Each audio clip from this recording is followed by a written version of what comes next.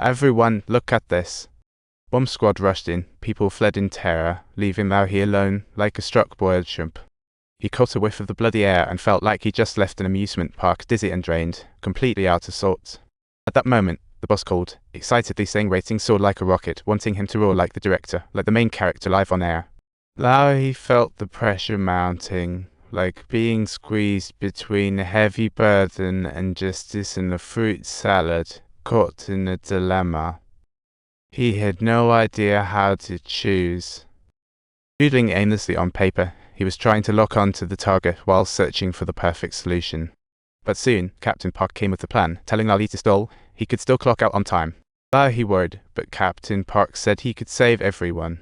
Gritting his teeth, Lauhi chose to protect the hostages. What a hothead. However, stalling wasn't easy.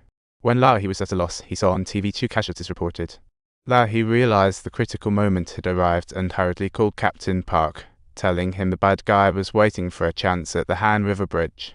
The miracle of the first explosion left no casualties. As if they were on a movie set, Captain Park sprang into action, and Lauhi felt a surge of confidence, ready to kick off the third live broadcast. He told the bad guy that the president was arriving soon, suggesting he might as well come to the studio and accept an apology, which surprisingly steadied Lauhi too. As the golden anchor, Lauhi was full of confidence. Regardless of the bad guy's arrival, he'd be a great assistant by buying time.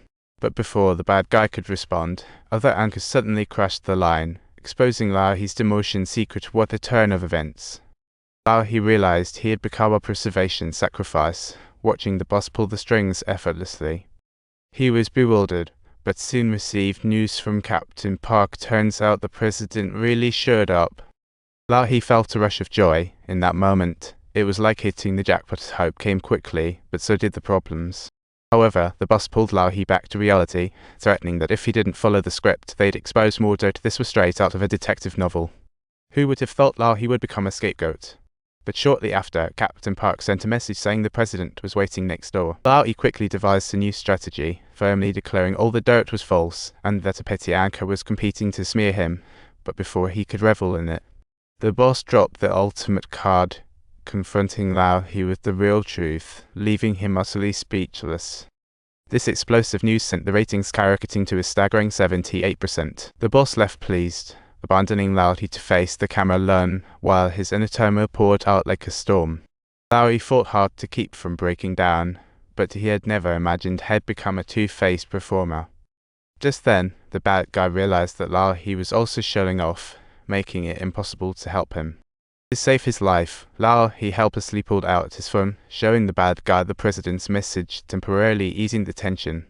However, while they waited, the bridge suddenly erupted with rumbling sounds, as if adding dramatic flair to the reality show. Seeing his injured ex-wife still broadcasting, Lauhi felt a mix of emotions, but couldn't shake off the rumors swelling around him. Holding back his concerns, the truth unexpectedly came from his ex. Turns out the president was actually not here. They had pinpointed the terrorist's location, but had been trying to steal time through Lauhi. They paid no attention to the real-life show featuring hostages in peril on the bridge. Yet precisely at the crucial moment, Park Ryuguai's ex-wife summoned her courage and resolutely requested that Park Ryuguai allow the women and children to leave first. Lauhi sighed with relief. Finally, he could fight back. He took advantage of the lens to speak well of Park Ryuguai, urging the president to respond to the hostages' request. Just before the reinforcements could act, the bridge ominously roared, as if playing a tune. Lauhi felt his heart racing, imagining the fate of his ex and the hostages, yet could only watch as it all unfolded. Captain Park, influenced by his profession, swiftly launched an assault, TV showing SWAT team surrounding the bad guy's door. Lauhi recalled the boss words, "The hostages had to die for the story to end." This was undoubtedly a suspenseful plot. He finally realized he was merely a pawn, but just then, the phone rang with Park Ryuguai's message. The address the police found was a fake. Once there were no hostages, the bad guy wouldn't show up, and they could only clear the scene with explosives. Lauhi was terrified, desperately trying to get the captain to evacuate the building, but the building suddenly collapsed in a roar. The unexpected disaster left him in horror, as a gloomy rumble filled his ears, suddenly blocking the sunshine. Cones of concrete and steel crashed like an avalanche, with office staff scrambling for safety, while Lao he gripped the desk tightly, fearing that if he let go, the bomb would explode. He could only watch as the building tilted, when suddenly a ceiling light fell down, slamming into the back of his head, knocking Lao He out cold, and when he woke up, his head throbbed, but thankfully there were no fatal injuries. Lao He immediately attempted to call for help, only to find all the lines busy. Just when he felt hopeless, his phone suddenly rang. A mysterious voice said through the phone it was Lao He's deviation from script that caused chaos. Those words cast a thick veil of cloudy despair over Lao He's heart, plunging it into darkness. He clearly realized that he had become the scapegoat, as though mercilessly pushed to the forefront of the storm. He couldn't believe he had no way to retreat, and at that moment, Park Raiguai called again, ironically claiming that there was also a bomb hidden in the TV. He completely collapsed in the showdown, and Lao He felt as if everything were a mere dream.